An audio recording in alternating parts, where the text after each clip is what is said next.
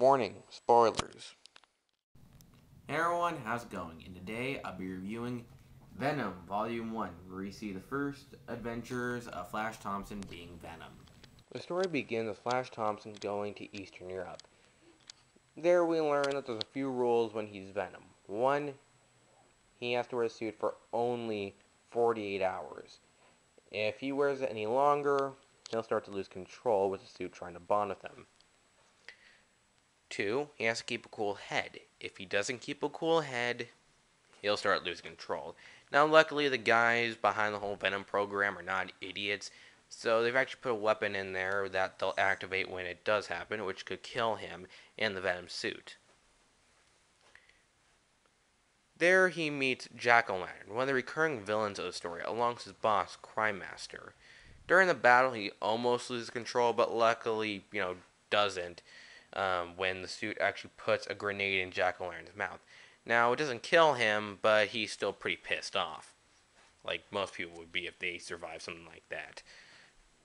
Jack-O-Lantern leaves, and Flash Thompson then goes back home to New York, where he talks to Betty. Now, Betty doesn't really want to talk to him because they've had some issues, which, comes into play much later, and, we learn why it was like this. The next story, though, has him in the Savage Lands, where we see him fighting Kraven the Hunter. Now, Kraven has resurrected in this Spider-Man story, which I won't talk about because it would probably take a while, and I'm kind of in a time limit here. Um, but yeah, like he got resurrected, and he's crazier than ever. And he thinks that Venom is Spider-Man. He's going around the jungle trying to kill him and doing some crazy stuff like killing a giant spider and drinking its fluids and going even crazier. So yeah, it's weird. Craven's even weirder. He escapes Craven, but almost dies while trying to do it. And their crime master is spying on him, and tells Jack O'Lantern to help him out by kidnapping Betty Brant, and then telling Venom that you have to do what I say or she'll die. He does what he wants him to do, but he doesn't just give him Betty. He actually tells Venom where she's at, and he has to get there in time or she'll die.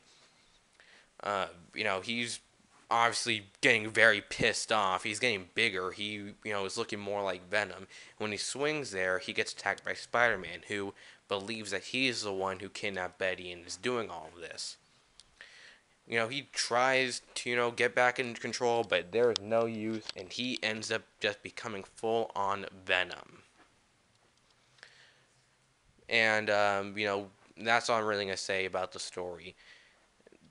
This book was just very good. It was a great way to start off the Venom storyline.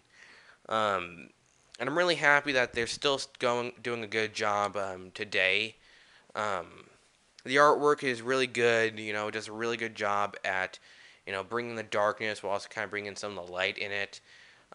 Flash Thompson is a really good character.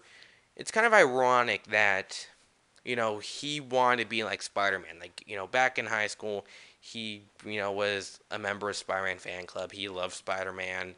And, he even says when, he talks about how he saved, his superior in the Middle East where he lost his legs. He says, I did that because that's what Spider-Man would do.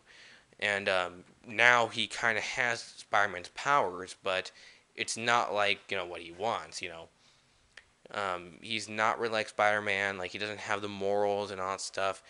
He kind of has to, it doesn't really work like that with him. Um, they show in the story that he really has a lot of issues. Like, he has anger issues. He is, a recovering alcoholic. And, a lot of problems involving him and his father, which happens in the final story in this volume where he confronts his father who used to drink and beat him and, insult him. And he tried to take him home, and his dad says that he's a disgrace.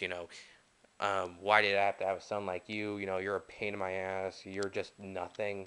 And, Flash has a chance to actually kill his father.